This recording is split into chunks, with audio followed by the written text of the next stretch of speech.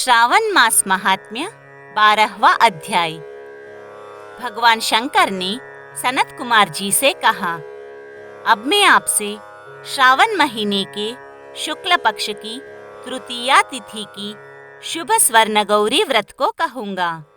उस दिन सुबह स्नान नित्य कर्म कर संकल्प करे, 16 उपचार से पार्वती शंकर का अर्चन करे, प्रार्थना करे कि हे देवाधिदेव, हे जगतपते, मेरे द्वारा की हुई पूजा को आप स्वीकार करें।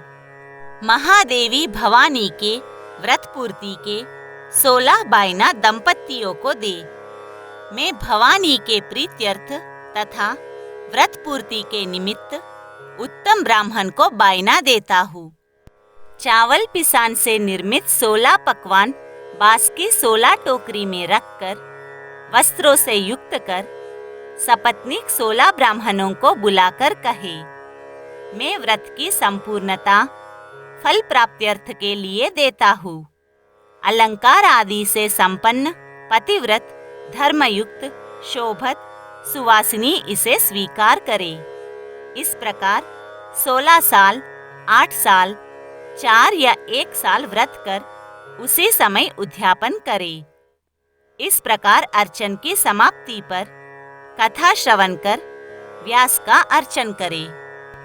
सनत कुमार ने भगवान शिव से कहा, हे प्रभु, इस व्रत को किसने किया और इसका क्या महात्म्य है? इसका उद्यापन कैसे होगा? ये सब आप मुझसे कहे।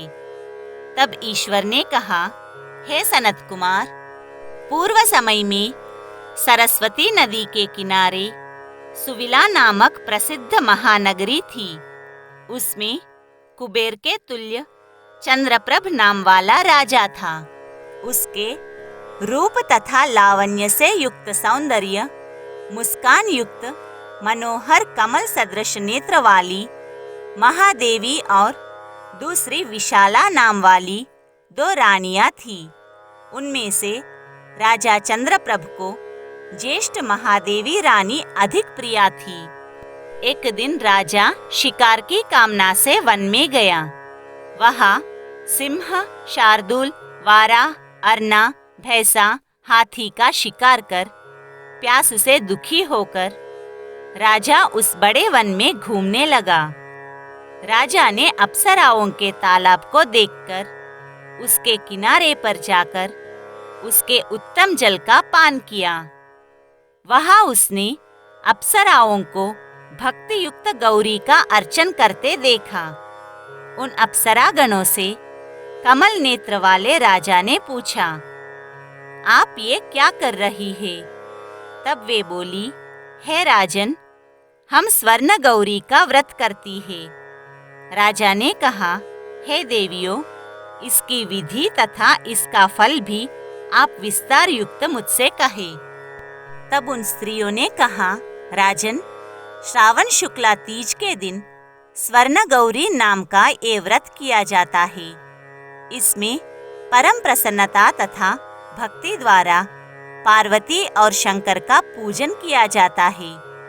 16 तार का डोरा अपने दाहिने हाथ में पुरुष और वाम हाथ में स्त्रियां धारण करती है। ये सुनकर चंद्रप्रभ राजा ने भी व्रत कार्य को संपन्न कर सविधि 16 तार के डोरे को अपनी दाहिनी भुजा में बांधकर व्रत को स्वीकार किया।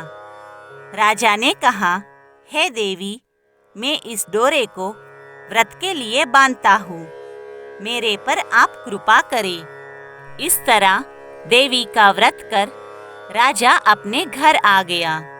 भुजा में डोरे को देखकर बड़ी रानी ने अति क्रोधित होकर पूछा और उस डोरे को भुजा से तोड़कर बाहर पेड़ पर फेंक दिया। राजा ने रानी से कहा, हे प्रिय, ऐसा न कर। यो मना करने पर भी रानी नहीं मानी। जहाँ वो डोरा गिरा, वहाँ का सूखा पेड़ उस डोरे के स्पर्श से हरे पत्तों से संपन्न हो गया। इस बात को छोटी रानी ने देखकर आश्चर्य युक्त होकर उस पेड़ से टूटे डोरे को अपनी बाई भुजा में बांधा। उस दिन से और उस महीने के महात्म्य मात्र से वह छोटी रानी राजा को सर्वाधिक प्रिय हो गई। ज्येष्ठ रानी व्रत का अपमान करने मात्र से राजा द्वारा परित्यक्ता तथा दुखी होकर वन में चली गई। वहां महादेवी का चित्त से ध्यान कर पवित्र मुनियों के स्थान में कहीं निवास किया। पर श्रेष्ठ मुनियों ने उसे देखकर कहा, अरे पिशाचिन, चली जा। वो तिरस्कृत तथा दुखी रानी घोर जंगल में घूमती हुई एक जगह बैठ गई।